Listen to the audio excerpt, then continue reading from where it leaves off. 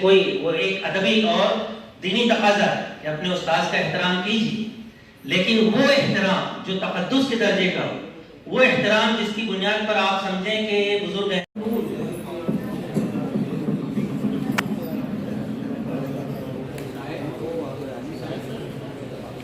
صدیق اسما فاطمہ، صدیقی اسما فاطمہ.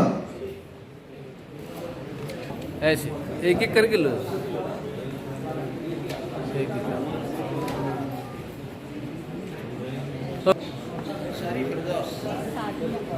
ساری فردوس کوثر.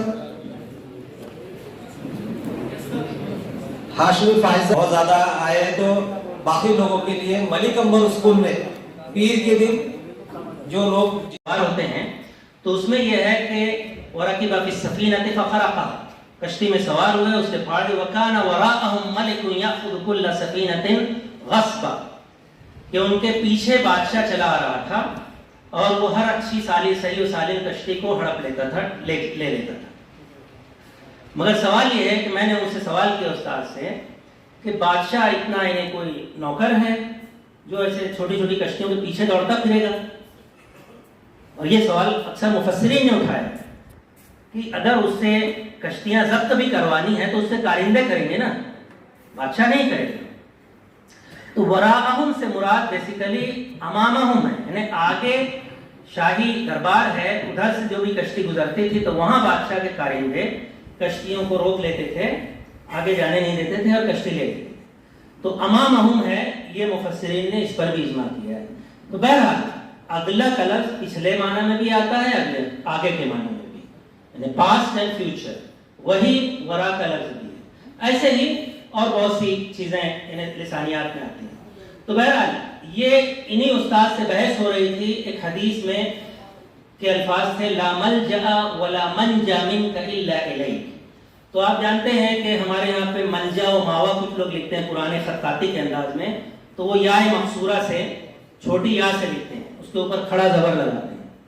تو اس کتاب میں کتابت میں اس طرح لکھا ہوا تھا، بجائے الف کے یا الف مقصورہ سے، تو انہوں نے اس کو لا ملجئ ولا منجئ پڑھا. میری اس سے بحث ہوئی، یہ ملجئ منجئ نہیں ہے، ملجأ و منجا ہے. اسے ایک بینک نے فری فراہم کیا، ایک اردو میڈیم اسکول کے.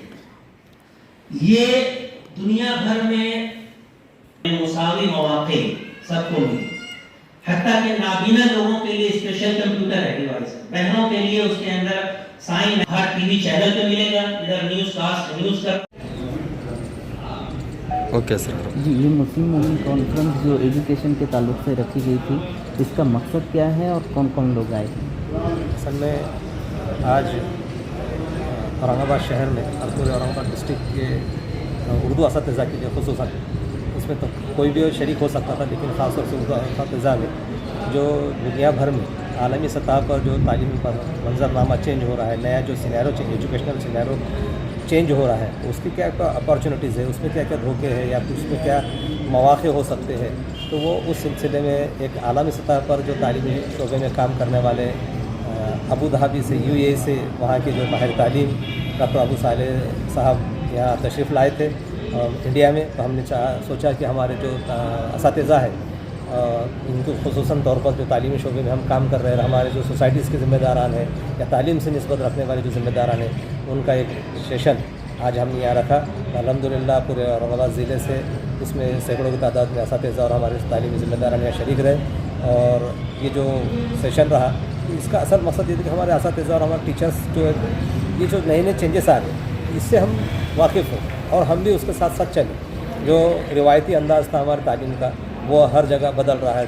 دنیا میں نئے آرٹیفیشیل انٹیلیجنس، اور ابھی ایک نئی اصطلاح ابھی ہمارے ڈاکٹر ابو صالح صاحب نے اپنی تقریر میں کہی کہ AGI آرٹیفیشیل جنرل انٹیلیجنس بھی ایک آنے والے 10-20 سال میں آنے والا ہے.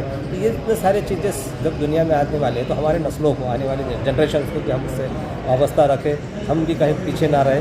اس سلسلے میں ہم نے یہ صرف مسلم اساتذہ کے لیے تھی یا پھر اس میں یہ ہم نے خاص طور سے اردو اساتذہ، اردو میڈیم کے ٹیچرس کے لیے تھی، اور اوپنلی جنرل کوئی بھی اس میں شریک ہو سکتا تھا. لیکن اردو اساتذہ کے اس لیے تھا کہ ہمارے پاس